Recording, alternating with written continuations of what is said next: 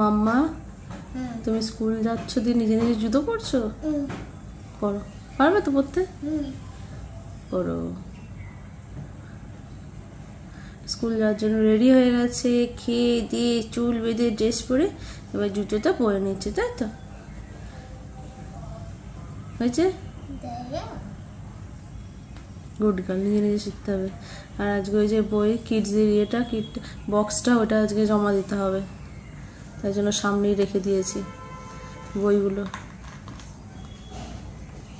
তুমি এটা ধরে ধরে নিয়ে যাবে বক্সটা? কেন? বাড়ি একটা পা পড়া হয়ে গেছে? ভেরি গুড, আর একটা পা পড়ে নাও।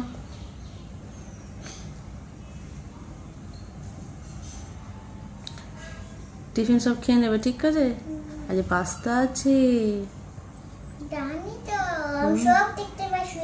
ও শুয়ে শুয়ে তুমি সব দেখতে পেয়ে যাও?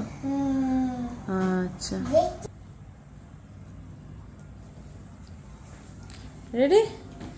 ব্যাস। কি বলছো? এখানটা কিন্তু আর একটু বড় হতে হবে চুলটা। এখন দেখি মুখটা, দেখি